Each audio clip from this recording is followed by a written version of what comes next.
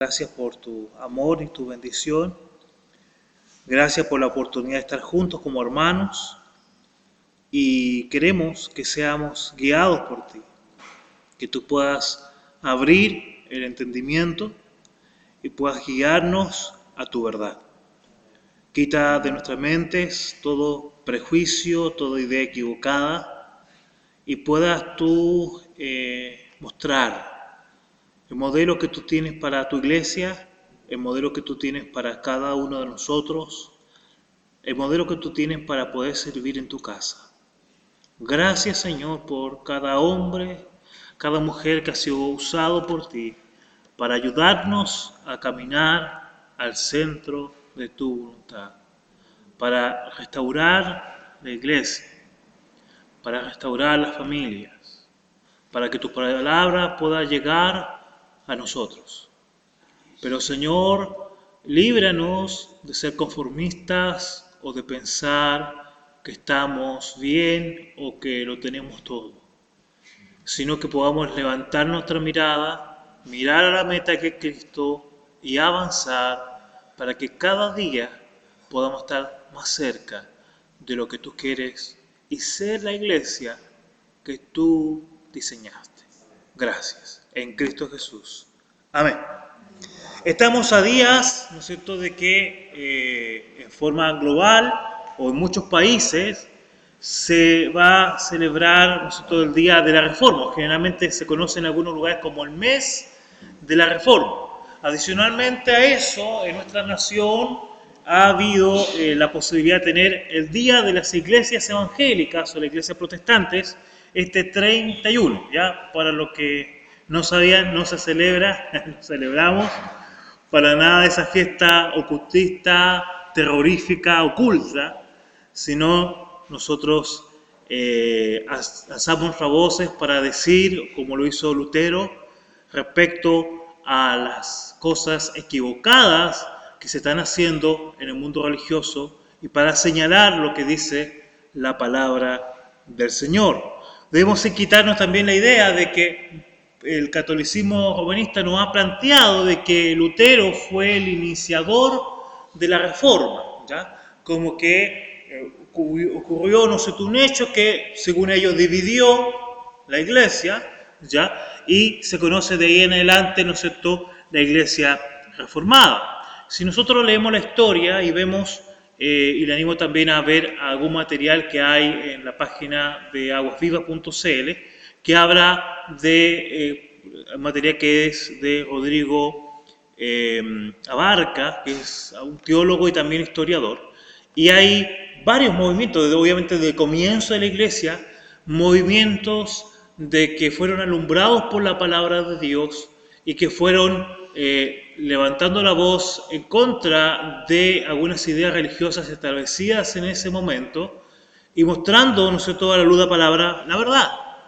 Muchos obviamente de ellos fueron perseguidos, fueron esparcidos, fueron callados.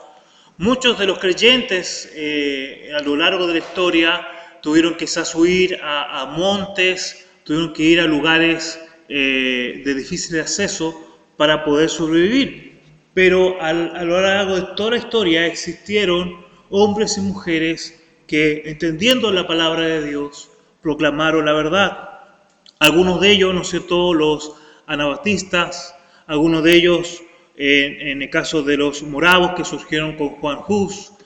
Juan Hus es más o menos en los años 1300, y él, siendo un sacerdote católico, él entendió de que la palabra de Dios debía estar de acuerdo al idioma del pueblo, ¿ya? Tenía que ser traducida, porque en ese tiempo estaba en latín, ¿no es cierto?, otros tenían acceso en los idiomas originales, pero mayormente la lectura era en latín y solamente incluso algunos sacerdotes tenían acceso a poder leerla, y la misa también, o las ceremonias religiosas se hacían en ese idioma que la gente no entendía.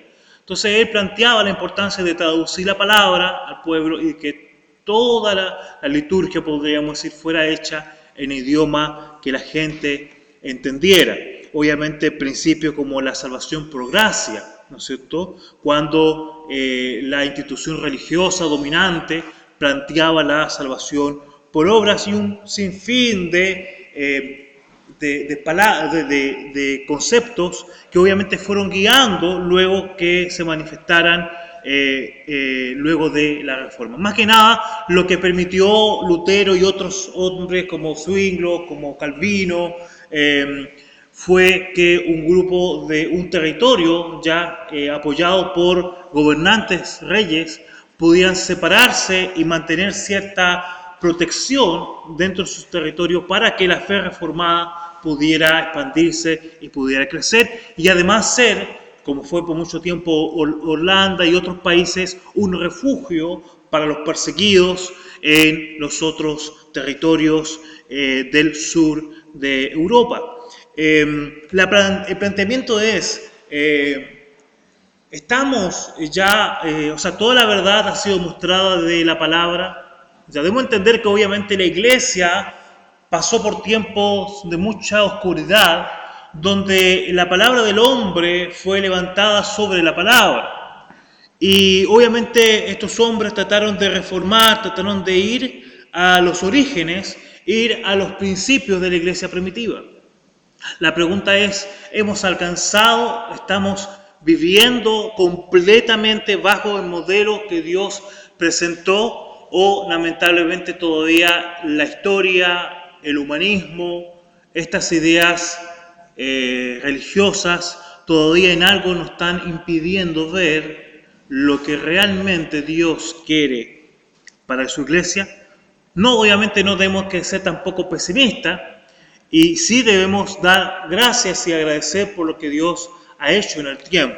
Vamos a tratar de ir viendo algo de ellos. Pero uno de los principios, podríamos decir, era que estableció, podemos decir, esta institución religiosa, es un modelo de organización piramidal, donde el Papa, ¿no es cierto?, que toma este cargo de un emperador, está sobre los demás y supuestamente es la fuente de revelación, el representante de Cristo, es la cabeza de la iglesia y bajo él, ¿no es cierto?, cada vez más abajo va habiendo menor, podríamos decir, influencia, menor supuestamente importancia, hasta llegar a la base que es el pueblo. Curiosamente, este mismo sistema es mencionado para grupos empresariales, grupos de gobierno, etc.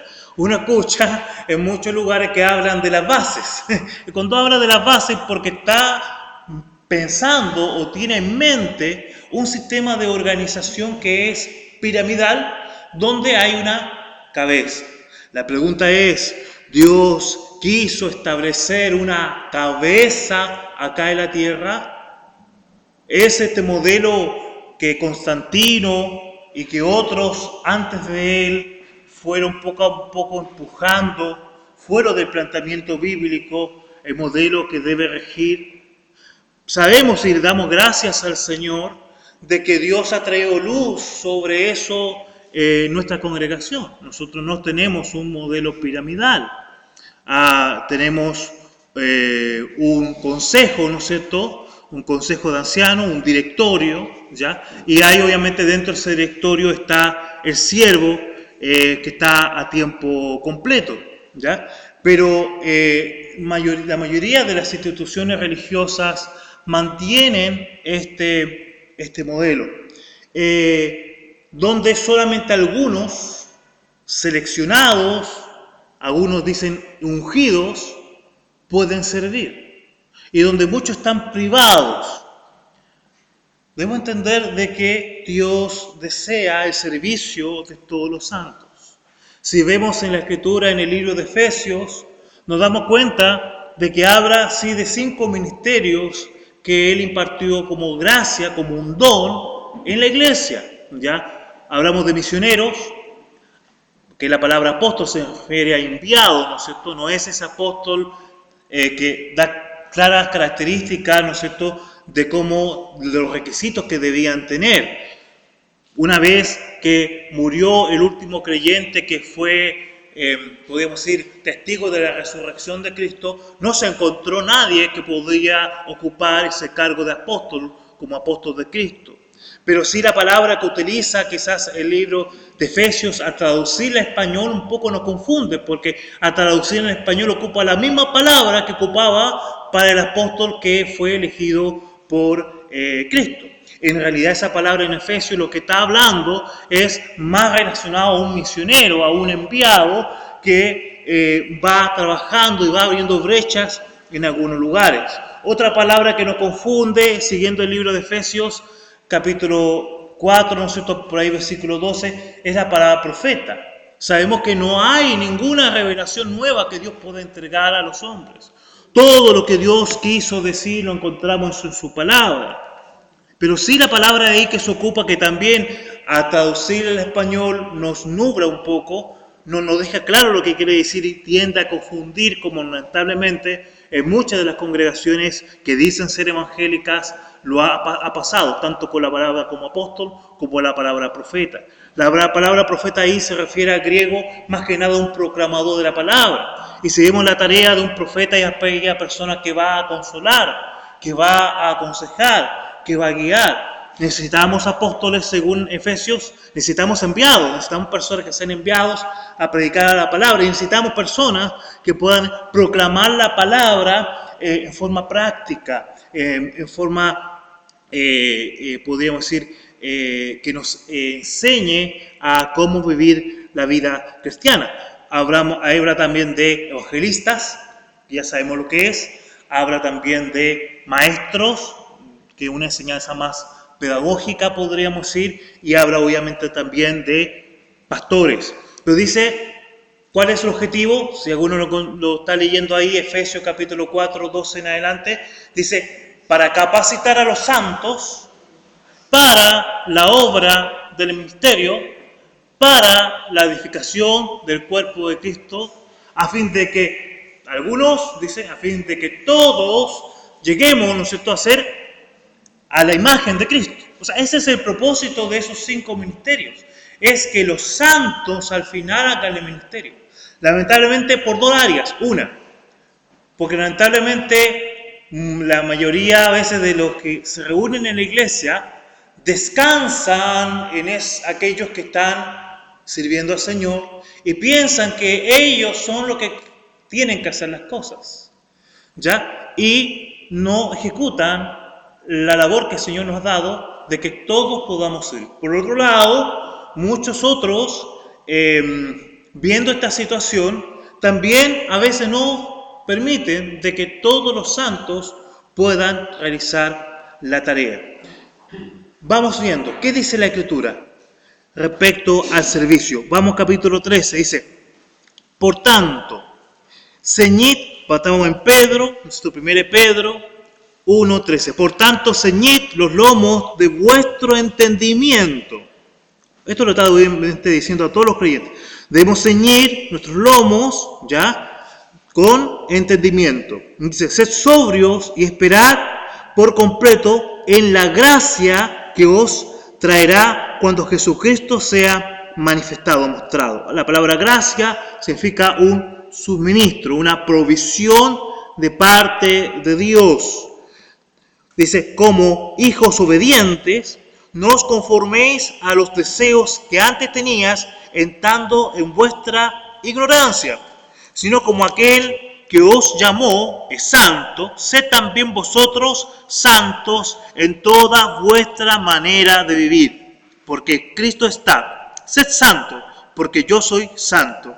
Y si invocáis por Padre a aquel que es sin acepción de persona, juzga según la obra de cada uno.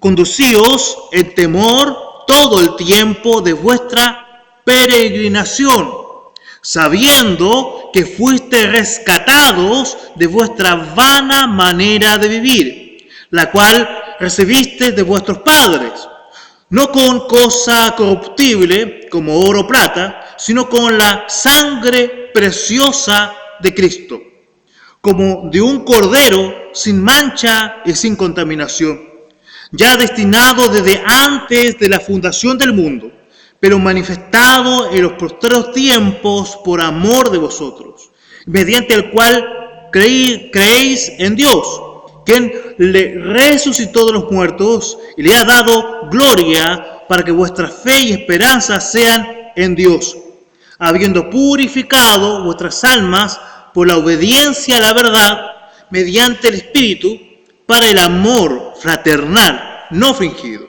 Amaos los unos a los otros entrañablemente de corazón puro, siendo renacidos no de simiente corruptible, sino de incorruptible, por la palabra de Dios que vive y permanece para siempre.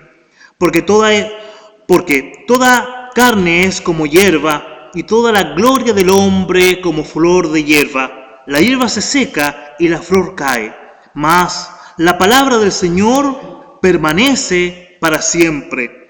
Esta es la palabra que por el Evangelio os ha sido anunciada. Desechando pues toda malicia, todo engaño, hipocresía, envidia y todas detracciones, desead como niños recién nacidos la leche espiritual no adulterada, para que por ella crezcáis para salvación, si es que habéis gustado la benignidad del Señor. Vemos cómo la demanda del Señor de ser santos, de ser personas apartadas, de tener conocimiento, de un servicio, de un amor mutuo, no es para algunos, es para todos. Dios quiere que todos nos preparemos para servir. Algunos lo harán en su casa, lo harán con su familia, lo harán en algún ministerio en la iglesia, lo harán en una influencia en la sociedad. Algunos el Señor llamará para dar testimonio en otro lugar, pero siempre entendiendo que el lugar de preparación primero es nuestra vida y nuestra casa. ¿Ya? Lo animo obviamente a su casa, dar una doble lectura a este pasaje y viendo un poco estos principios. No tenemos todo el tiempo aquí y obviamente quiero avanzar para dar una idea a lo que hemos querido compartir. El versículo 4 dice, resaltar la palabra salvación, que también ha traído confusión. La palabra salvación se refiere a ser librado, a ser rescatado, ¿ya? Dios, cuando reconocimos a Cristo, cuando fuimos entendiendo el Evangelio, comprendimos que somos pecadores, comprendimos que no tenemos ninguna posibilidad de poder acercarnos a Dios por nuestros medios, y fuimos a clamar por el perdón, por la salvación en Cristo.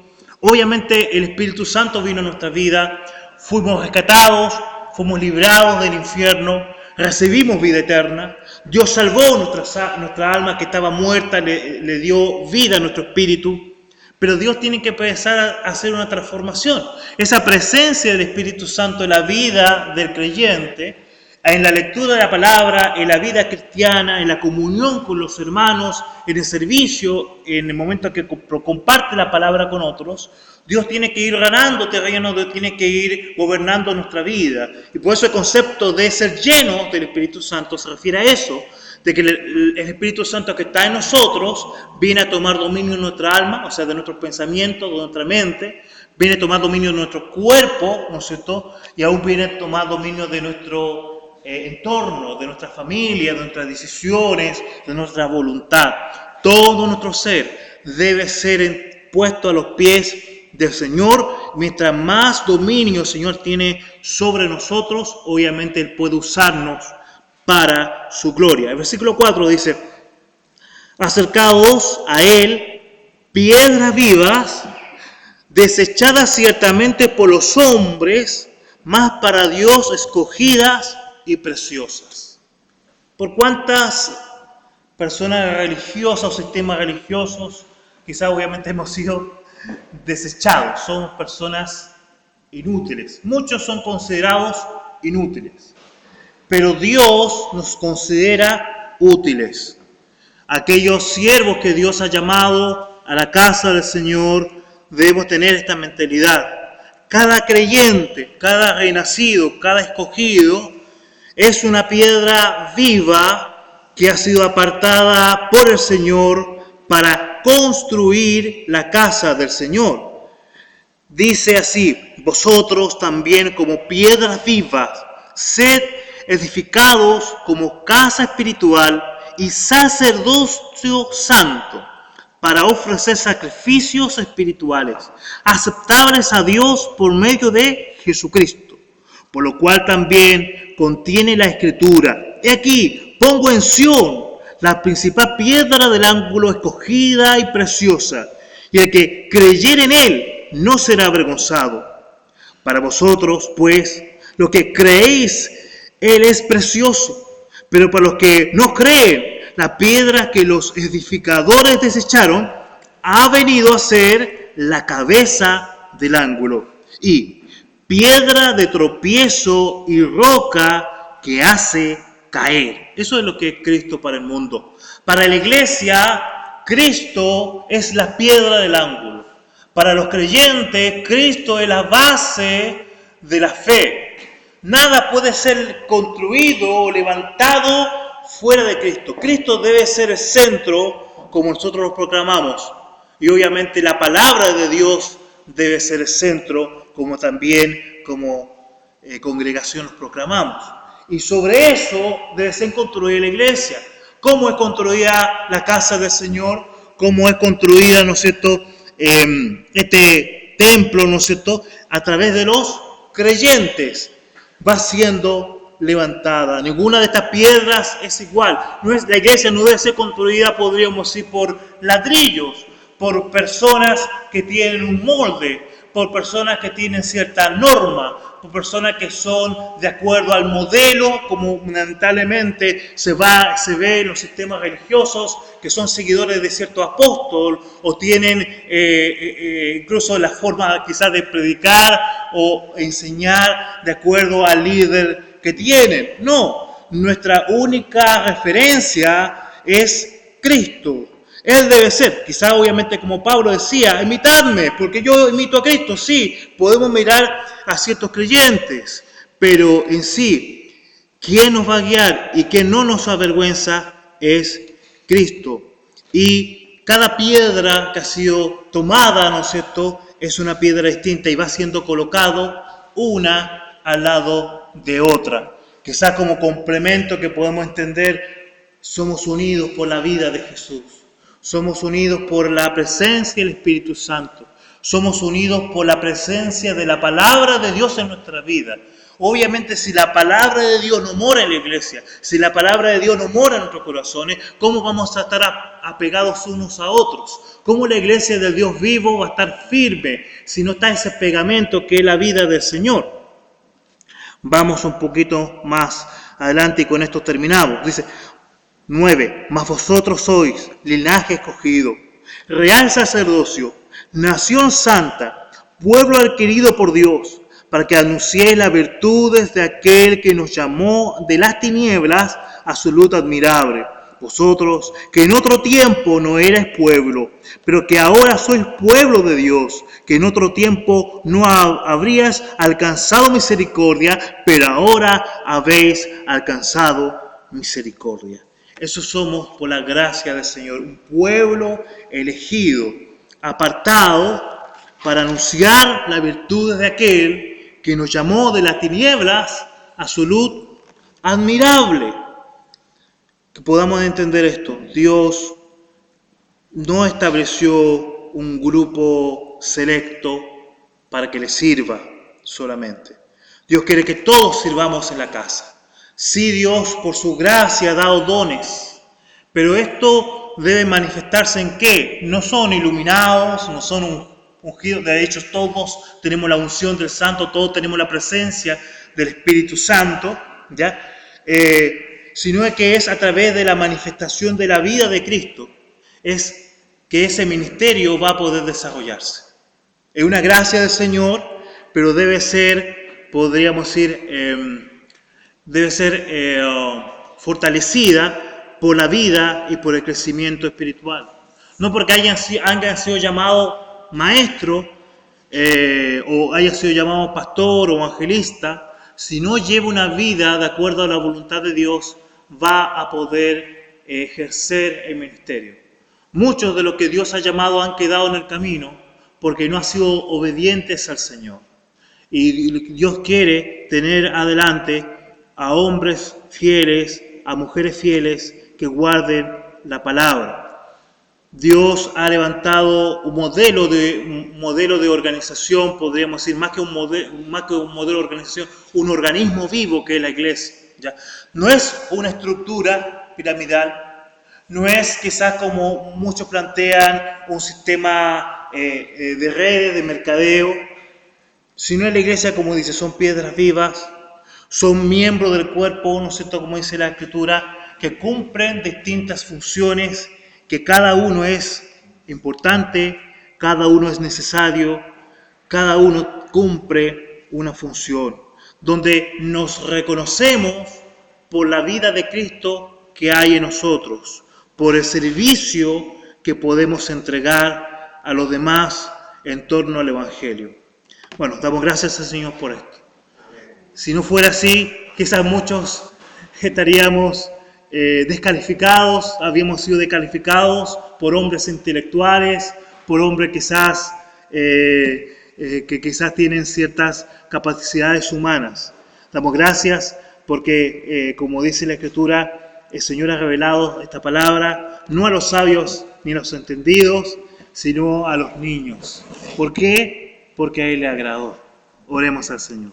Gracias, Padre, por tu iglesia.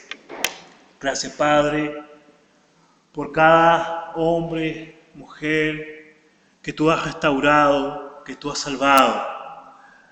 La has sacado, Señor, del mundo, nos has sacado del mundo, nos has liberado, nos has traído al reino, tomado hijo. Señor, ayúdanos a ver, Señor, el lugar que tú nos has colocado. Ayúdanos, Señor, a entender que tú nos has hecho piedras vivas para construir tu casa. Ayúdanos, Señor, también a valorar a los hermanos. Ayúdanos a reconocer a aquellos siervos que tú has levantado en tu casa por la vida tuya que hay en su interior. Queremos, Señor, ser guiados por ti. Queremos, Señor, ser dirigidos por ti. Queremos ser ese lugar, Señor, de refugio, ese lugar donde los hombres puedan encontrarte a ti. No un sistema, no, Señor, ideas humanas, sino el mensaje de salvación, el mensaje de redención, el amor que tú nos has entregado, el perdón que tú nos has entregado, pueda vivenciarse, pueda mostrarse a través de nuestra vida, pueda mostrarse en tu casa, Señor. Te bendecimos y te alabamos porque tú eres bueno. Profundiza tú, Señor, a través del Espíritu Santo esta palabra. Sé guiando los pensamientos hacia tu voluntad. Y perdóname si algo no lo dije bien o lo dije mal. Pero queremos que sobre todo permanezca tu voluntad y tu palabra. Que no nos conformemos con lo que tenemos, sino que avancemos más mirando a Cristo, en Cristo Jesús. Amén.